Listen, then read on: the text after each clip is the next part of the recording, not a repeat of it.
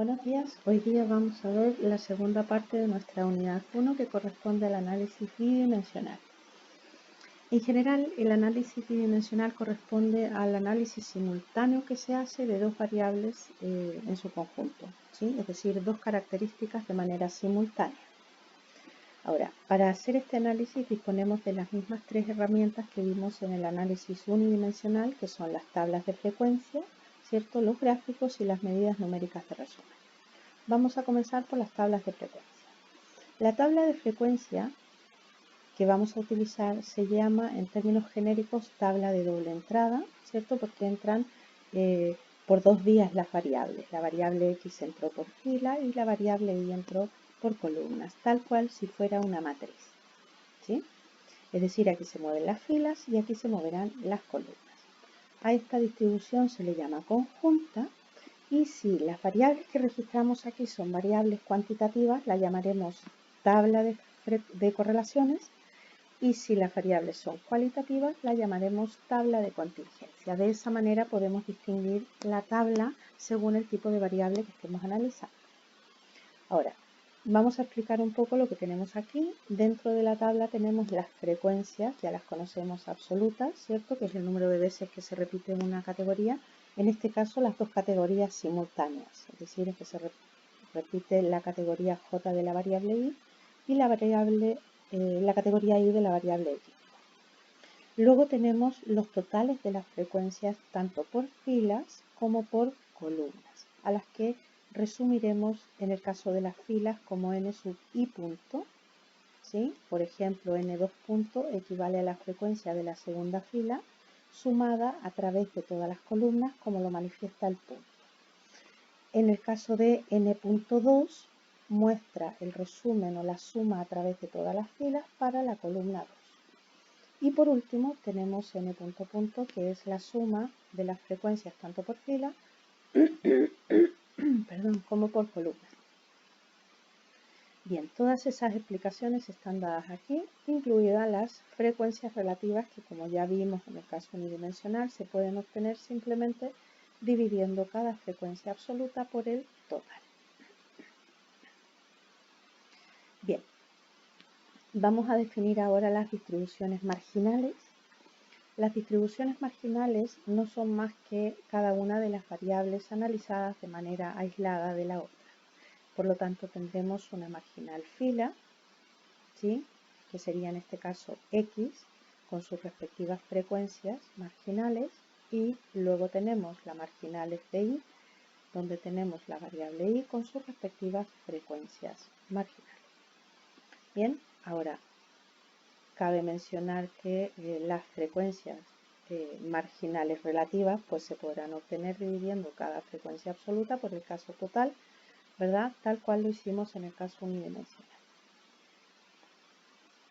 Bien, veamos un ejemplo.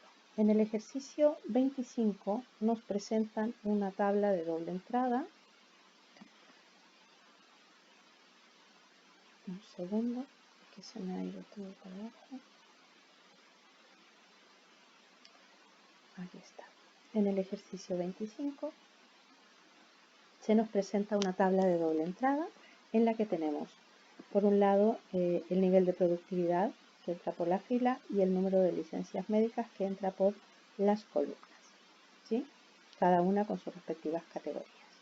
Aquí dentro entonces tenemos las frecuencias absolutas y en los totales están las marginales.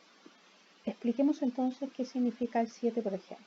7 corresponde a la frecuencia absoluta 2,2, es decir, segunda fila, ¿cierto?, y segunda columna. Por lo tanto, el 7, ¿cierto?, corresponde a 7 empleados de 89 que han presentado 2 licencias médicas y han estado en nivel de productividad 2. Ahora, esta frecuencia absoluta la transformamos en relativa dividiendo por el total, que es 89, y nos da el valor porcentual, es decir, 7, que corresponde a 7,9 empleados, ¿cierto?, han presentado 2 licencias y han estado en nivel de productividad 2. Bien, luego nos piden las distribuciones marginales. Las marginales ya eran evidentes, aislamos productividad con sus respectivas frecuencias, ¿cierto? Totales fila, y dividiendo cada una de sus frecuencias por el total, obtenemos las frecuencias relativas.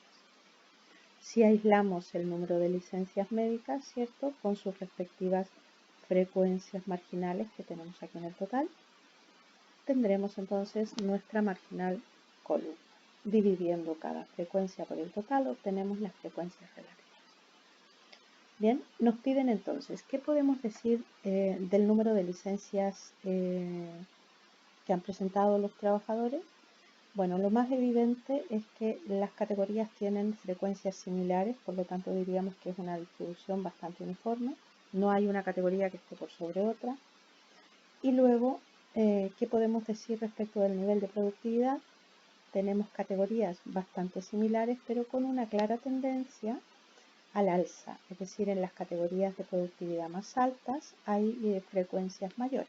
Por lo tanto, hay trabajadores que han entrado en niveles de productividad más altos que bajos, ¿sí? Las diferencias no son excesivas, pero sí se nota la tendencia. Luego nos dicen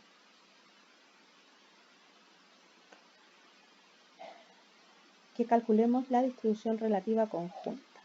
Entonces ahora esta distribución conjunta de frecuencias absolutas la vamos a transformar en frecuencias relativas dividiendo cada una de sus frecuencias absolutas por el total. Bien, una vez que tenemos esta tabla de frecuencias relativas conjuntas, ¿sí? Podemos observar que los totales marginales son los que teníamos resumidos previamente aquí en las marginales, obviamente, ¿sí? Aisladas anteriormente. Bien, nos piden que identifiquemos el significado del valor 0,112. 0,112 significa entonces que tenemos 11,2% de los trabajadores que han presentado 2 licencias médicas y han entrado en nivel de productividad 3. ¿Qué porcentaje de empleados es muy productivo con 3 licencias? Muy productivo sería 4, con 3 licencias corresponde al 3,4%. ¿Qué porcentaje de empleados está en el nivel 3 o mayor en productividad? Nivel 3 o mayor sería 3 y 4, lo que corresponde al 28% y al 29,2%, es decir, el 57,2% de los empleados está en nivel de productividad 3 o mayor. Luego nos pide qué porcentaje de empleados han presentado 2 o más licencias. 2 o más licencias serían 2 o 3, es decir, el 31,5 y el 36%.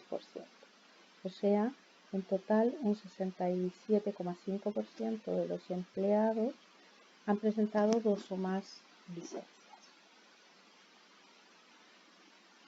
Bien, nos presentan en el ejemplo 26 otro caso bidimensional en el que tenemos en las filas, es decir, en la variable y en este caso entró el número de horas adicionales de trabajo que realizan los 32 empleados analizados, y la variable X que entró por las columnas recoge el número de retrasos de esos empleados.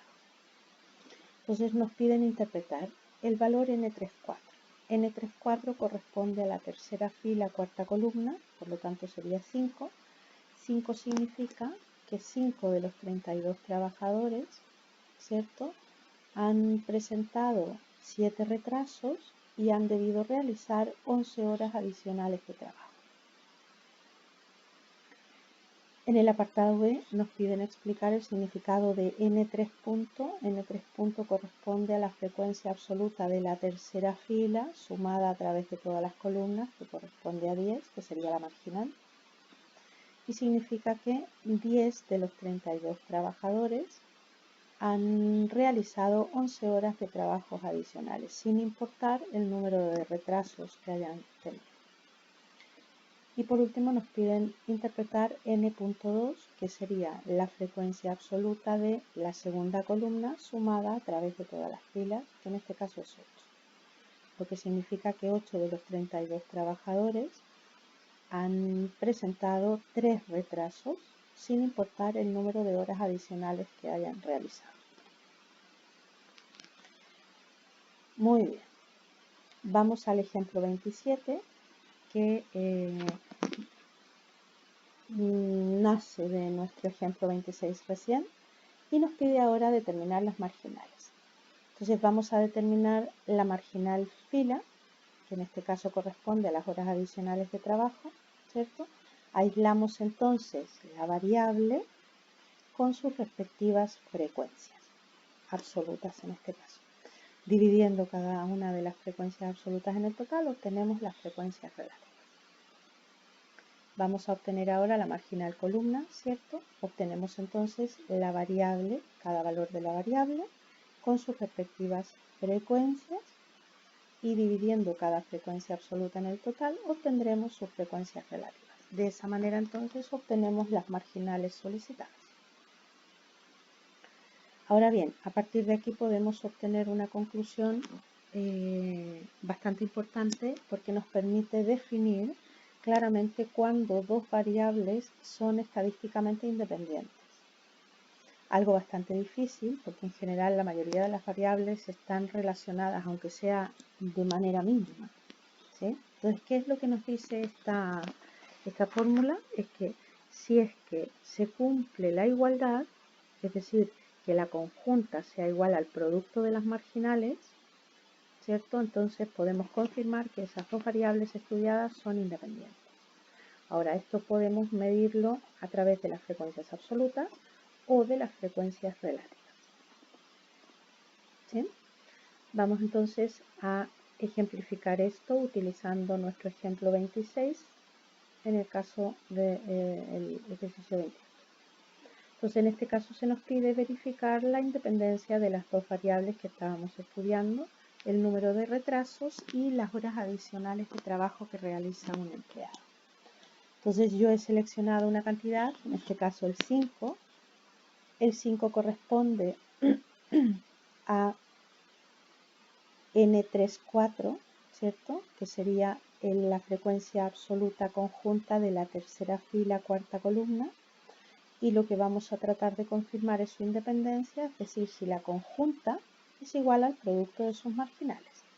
Ya tenemos la conjunta, que era 5, y lo que vamos a verificar ahora es si es igual o no al producto de sus marginales. Las marginales entonces se dan a partir de la conjunta que hemos establecido. Entonces tenemos la marginal de la fila, que es 3 puntos, que en este caso es 10, y tenemos la marginal columna, que sería punto 4, que corresponde a 9. Luego entonces 10 por 9 son 90, es distinto de 5 y por lo tanto podemos confirmar que las dos variables estudiadas son dependientes. Es decir, el número de horas adicionales de trabajo de un trabajador es dependiente del número de retrasos que él tiene.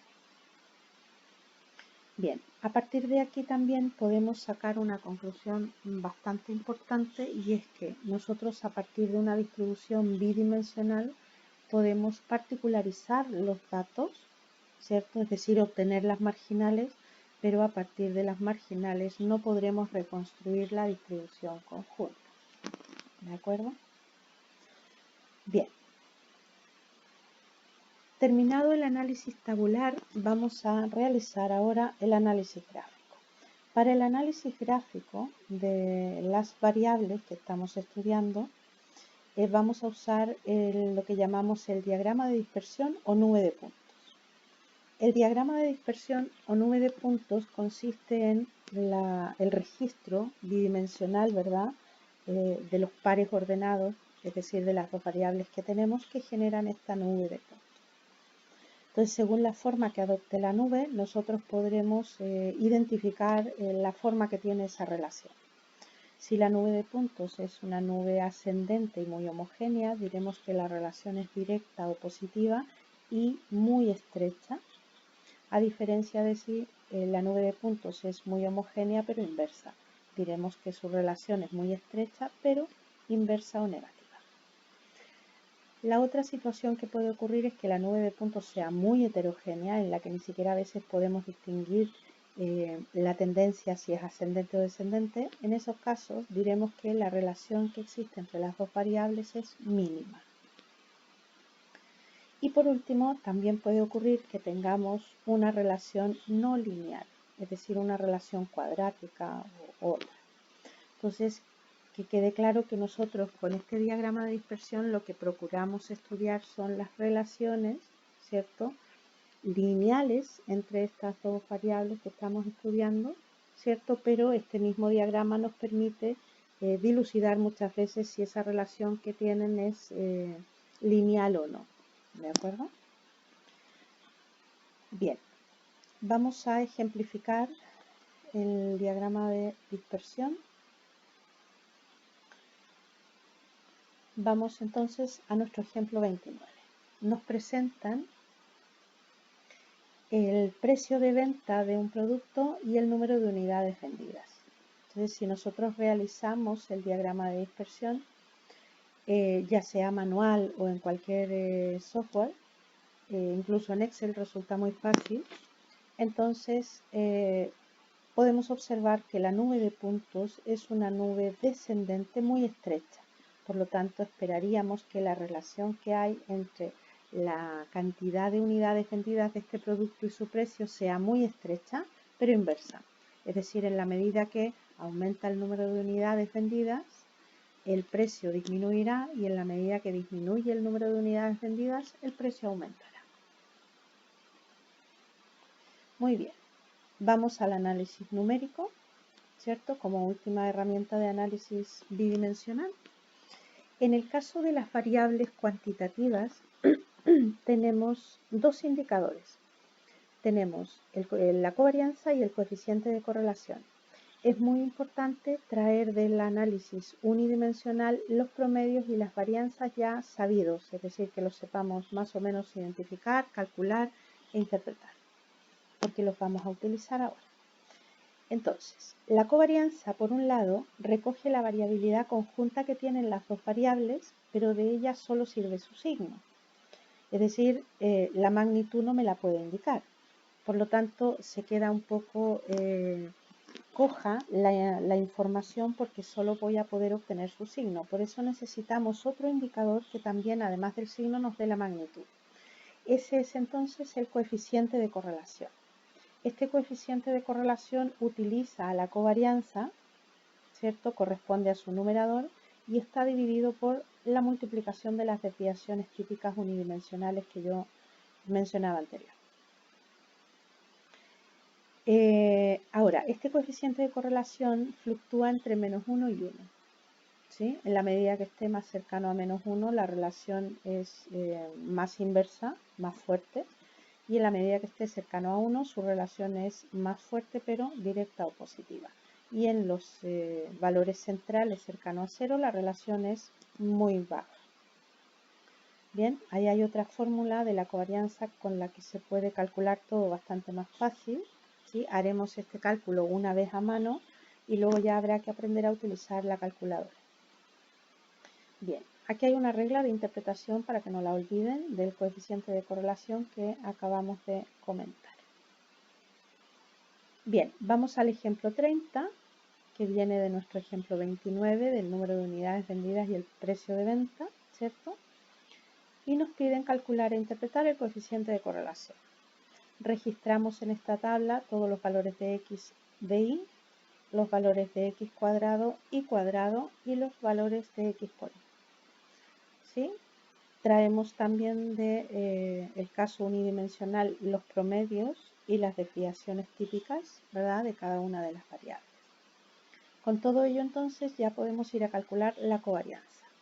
La covarianza, según la fórmula que planteábamos antes, ¿cierto? Aquí está, sería la suma de x por y, que en este caso corresponde a 2364, dividido por n, que era en total 10, los datos, menos la multiplicación de las medias, ¿cierto? 16,4, 14,9, cuyo resultado nos da menos 7,96. Como dijimos anteriormente, de esto solo nos interesa el signo, es decir, lo que nos está indicando es que la relación es una relación negativa o inversa, pero no nos informa de la magnitud. Por eso necesitábamos nuestro coeficiente de correlación. Entonces, si calculamos el coeficiente de correlación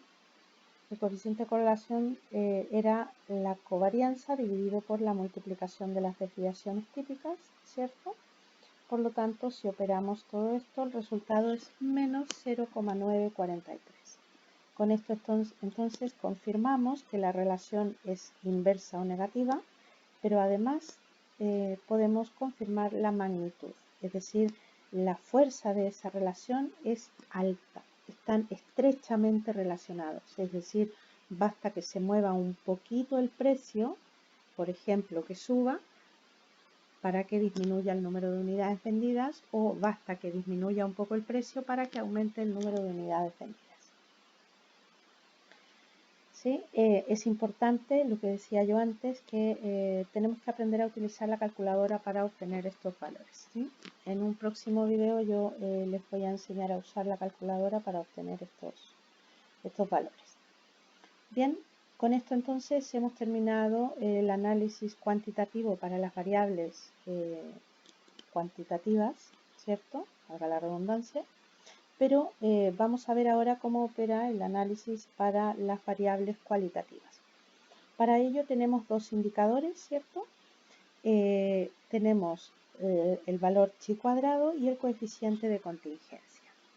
Ambos tienen más o menos la misma forma que tienen, o la misma relación estrecha que tienen la covarianza y el coeficiente de correlación, dado que el chi cuadrado nos informa solamente de si hay o no asociación entre las variables que estamos estudiando, siendo ellas cualitativas, ojo, y el coeficiente de contingencia nos habla de su magnitud.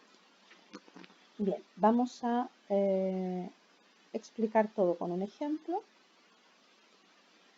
En el ejemplo 31 tenemos la información de 150 estudiantes de una institución de educación en la que tenemos 80 varones y 70 mujeres. ¿Cuál fue la situación? Se aplicaron dos métodos de enseñanza-aprendizaje diferenciados porque se postulaba la jefatura postulaba a que era mucho mejor entregar métodos diferenciados para hombres y mujeres, ¿sí? Porque se conseguían resultados muy distintos. Entonces, para ello se hizo una experimentación, ¿cierto? Se aplicó a estas 150 personas los dos métodos con estas características y se registró el número de evaluaciones sobresalientes. Bien, y nos piden entonces estudiar si es que existe alguna relación entre el método de aprendizaje y el género que tiene el estudiante. Entonces tenemos aquí ya la formulación del coeficiente chi cuadrado y el coeficiente de contingencia. Vamos entonces primero a obtener el coeficiente chi cuadrado. Entonces aquí es importante obtener los valores esperados, dado que los valores observados son los que ya nos dan en la muestra en este caso, ¿sí? Ahora, para obtener los valores esperados vamos a necesitar las marginales. Recuerden que las marginales las teníamos en los totales, marginal fila, marginal columna. Bien, vamos entonces a obtener los valores esperados. Los valores esperados, ¿cierto? Tenemos aquí la forma de cálculo, se obtienen a partir del total fila por el total columna dividido por el total total, el n punto punto que llamábamos antes. Ahora, este valor esperado se obtiene celda por celda, ¿sí? Entonces, en el primer caso, vamos a obtener el valor esperado de la celda 1,1, que sería 47. Para ello, entonces, vamos a multiplicar su total fila, que es 80, por su total columna, que es 75, y dividimos por el total total, que es 150. Ello nos da un total de 40, es decir, la frecuencia esperada para esa celda 1,1 es 40. Dado que nuestra celda 1-2 de la primera fila tiene los mismos totales fila y total columna, pues el resultado va a ser el mismo. Vamos a la segunda fila. La celda 2-1, que corresponde a 28. Su valor esperado sería total fila 70 por total columna 75 dividido por el total total, que lo tenemos aquí, cuyo resultado es 35. Y nuestra celda 2-2, que tiene el mismo total fila, mismo total columna, pues el resultado será el mismo. Entonces allí tenemos ya nuestros valores observados con nuestros valores esperados, ¿sí? Y ya estamos en condiciones de poder calcular el valor chi cuadrado y el coeficiente de contingencia. Tenemos los valores observados y los valores esperados. Entonces, la fórmula chi cuadrado decía que eran todos los valores observados al cuadrado, ¿cierto? Dividido por su valor esperado. Entonces, vamos celda por celda. 47 al cuadrado dividido por su valor esperado, que es 40, más 33 al cuadrado por su valor esperado, que es 40. Siguiente fila. 28 al cuadrado por su correspondiente, dividido por su correspondiente esperado, que es 35, más 42 al cuadrado dividido por su correspondiente valor esperado. Si sumamos todo eso y restamos n, que era 150, nuestro valor chi cuadrado corresponde a 5,25. Como ya dije anteriormente, de este valor solo puedo decir que hay una asociación entre estas dos variables, pero no puedo decir de qué magnitud es. Por lo tanto, vamos a calcular el coeficiente de contingencia, que se obtenía de la siguiente manera, ¿cierto? La raíz de era el valor chi cuadrado, 5,25, dividido por la suma de n más el valor chi cuadrado. Si operamos todo ello, el resultado es 0,184. Ahora, este resultado nos indica que el coeficiente de contingencia, al moverse siempre entre 0 y 1, en la medida que estoy más cerca de 0, la relación o la asociación de las variables es mucho más pequeña, más baja, es mínima. En cambio, en la medida que está más cerca de 1, la asociación entre las variables es más estrecha. Por lo tanto, en este caso el resultado, al estar muy cerca de 0, nos indica que la asociación que existe es muy baja. Es decir, ¿existe una asociación? Sí, pero es muy baja. Por lo tanto, a la pregunta, ¿tiene sentido realizar un método de enseñanza-aprendizaje diferenciado para los estudiantes hombres y mujeres? Claramente la respuesta es no, porque no obtenemos unos resultados que sean significativamente diferentes. ¿Cómo lo sabemos? Porque el coeficiente de contingencia es muy bajo, cercano a 0. Con esto entonces terminamos nuestra unidad 1.